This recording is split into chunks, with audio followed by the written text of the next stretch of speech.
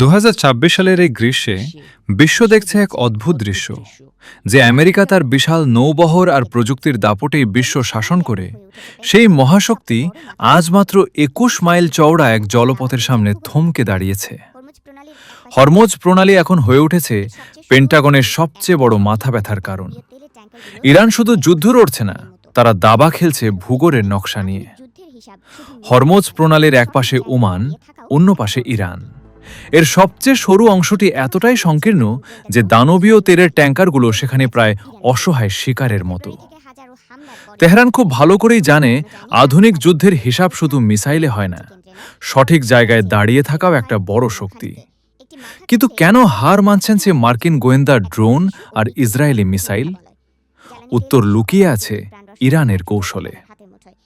গত ফেব্রুয়ারি থেকে হাজারো হামলার পরেও তেহরানের সামরিক শক্তি দমানো যায়নি, কারণ তাদের প্রতিরোধ ব্যবস্থা কোনো একটি কেন্দ্রে নয়, বরং ছড়িয়ে আছে পাহাড়ের গুহায়, লুকানো ঘাঁটিতে।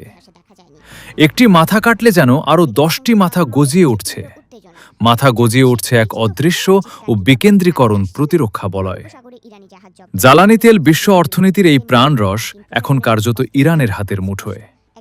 ইরান প্রমাণ করে দিয়েছে যে লেবাননের যুদ্ধবিরতি হোক কিংবা আন্তর্জাতিক নিষেধাজ্ঞা শিথিল করা, যে কোনো দরকষাকষিতে হরমুজ প্রণালী তাদের তুরুপের তাস।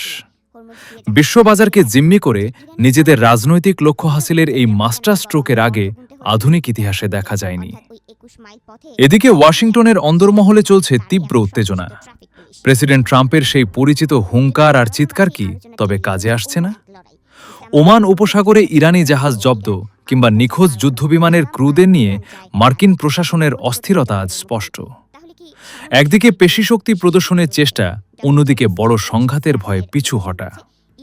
সব মিলিয়ে এক অদ্ভুত দ্বিধায় হোয়াইট হাউস। আন্তর্জাতিক সমুদ্রসীমায় অবাধ চলাচলের যে প্রচলিত আইন ছিল, তা এখন কার্যত ডাস্টবিনে। হরমুজ দিয়ে জাহাজ চালাতে গেলে এখন